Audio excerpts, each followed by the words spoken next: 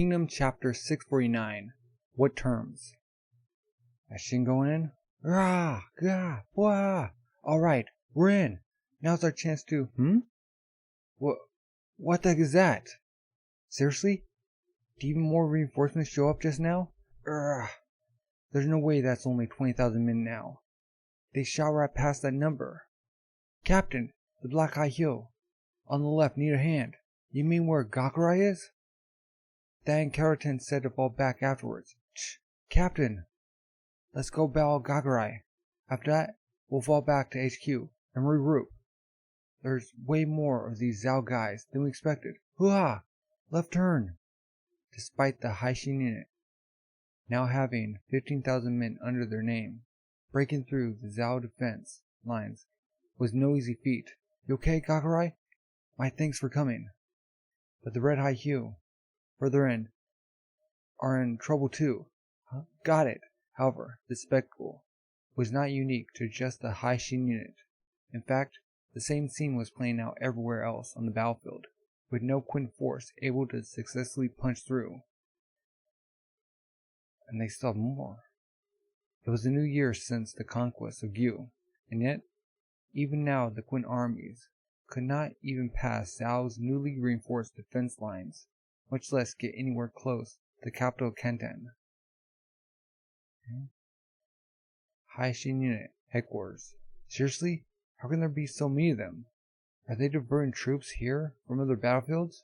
No, other Qin forces are also being overwhelmed in terms of numbers. But it's not just a problem of quantity. Coach Ko's not the only one with a good head on his shoulders. None of these new Zhao officers are an easy mark. Were they all hiding in Canton waiting for their moment to shine or something? But the biggest problem is still the numbers. We ain't got the manpower to tackle this properly. Is there nothing that can be done, Ten? Maybe send a letter to Shoikan and ask if he could send some more men our way? It's not as simple as just sending out spare soldiers. Nearly all Qin's fighting men have already been deployed to other battlefields or key garrisons. If there are no reserves to draw upon, then we'll just have to ask them to redirect troops from those garrisons. Yeah, that's probably the only option, except doing that also means weakening the garrison itself. Moving away any of our men, keeping a watch on Chu's armies is far too dangerous. As for the Han front line, we don't have many men there to begin with, which only leaves the Wei border, except we've already been pulling so many men from there that it's starting to get real dicey. If we weaken our defenses there any further, there is no doubt at all that their armies will launch an immediate invasion into our territory. They're from the river, Yellow River.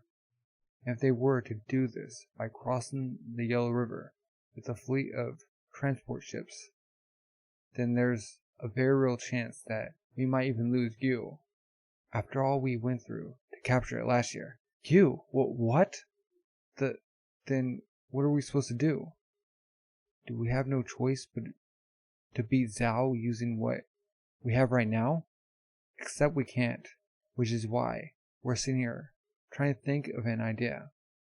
Maybe I should swing by the Gakuka's camp and have a chat with them. Wait, Shin, High Command in Kanyu has remained silent for a while now with no new orders. I'll bet you anything that Sensei is planning something big. Okay, we're going in. What? Sit around the table. Okay. Shoikan, what did you just... Okay. The key to conquering the Zhao capital of Canton lies not with us or Zhao, but with the state of Wei. Okay, so below them. We are able to remove the threat of a possible Wei incursion. We will be able to redirect freed up resources towards breaking up the Qin Zhao stalemate. To that end, we should immediately establish an alliance with the state of Wei. Ally ourselves with Wei at this point? Were we not hurrying to conquer the 6 states while momentum was strong and morale high? To seek an alliance now would be going directly against that, would it not? Shaikun. Okay, the king steps up, clack. Shaikun, do you believe Wei would be willing to accept such a proposal? Clack. Your Majesty. Join hands with Wei to cut down Zhao? But when Zhao falls, Wei will be the next target on the list. Wei are no fools. They know this as well as we do. I don't believe they would be too keen on accepting a life-saving rope that could be used just as easily to strangle them in the next moment. It depends on the terms. Terms? What sort of terms could possibly convince Wei to agree to an alliance? Shaikun? Thinking, okay. Wei Rural Capital. Are you? Horses come in. Open the gates. Announce the return of the Fire Dragon, Great General Gohome. The gates. Open the gates. Okay, come in. Your Majesty, First Commander Goemai has returned to heed your call. Wei King. Caben? My apologies for calling you back from the front lines, Home. But your counsel was desperately needed on a certain matter. Strategist Hare, Prime Minister Kekuko. He told them it didn't even bear asking. I insisted on hearing your opinion, however. I'd heard rumors of an alliance proposed by Quinn. For how long did they propose?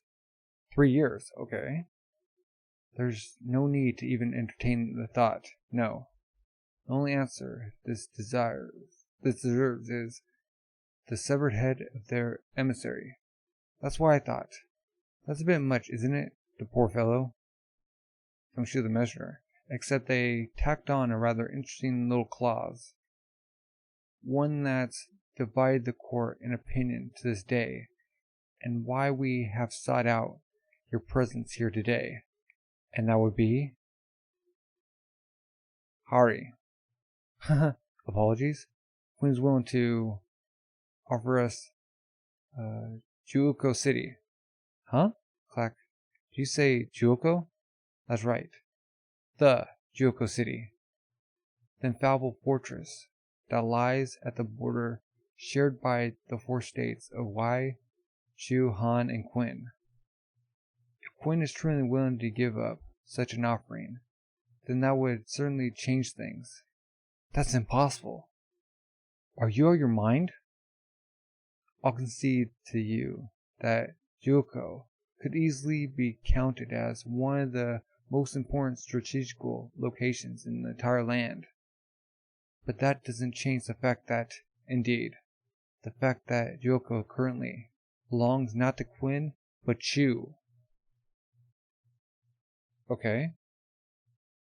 Have they lost their minds? So in essence, for the price of a 3-year-long alliance, Quinn is offering to aid Wei in taking down the stronghold of Juoko City, then offer it back to us on a silver platter. Okay, and Kingdom will return on the 20th. Well, that is enticing. I mean, they won't go straight for them until after 3 years. They're going to give them an infallible fortress that's really sought after.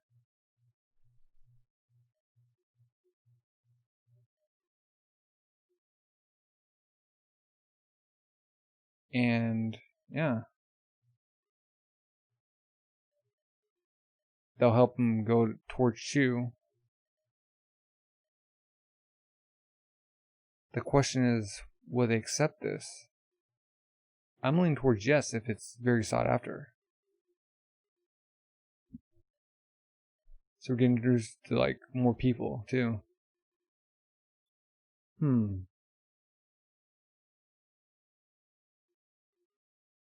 Interesting. So that's the terms. I mean, yeah, if Zhao's given that much trouble, maybe save them for last? Second to last?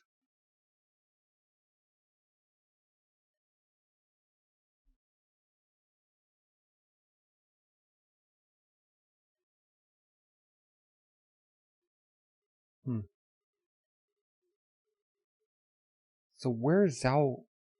Like, where all these people come from?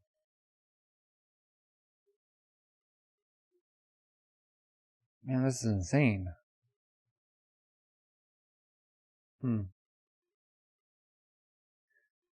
Well, what are your thoughts? I'm thinking they accept the offer.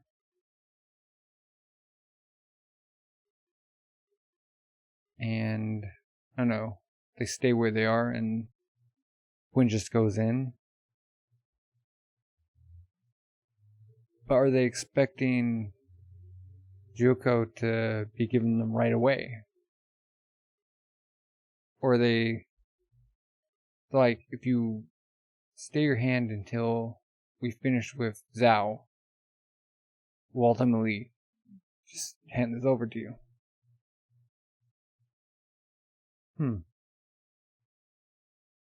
Yeah, this might work.